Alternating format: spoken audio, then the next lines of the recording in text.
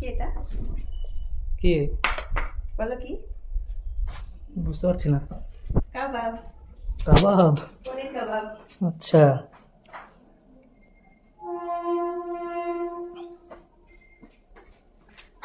ও মা, এটা কি বিরিয়ানি?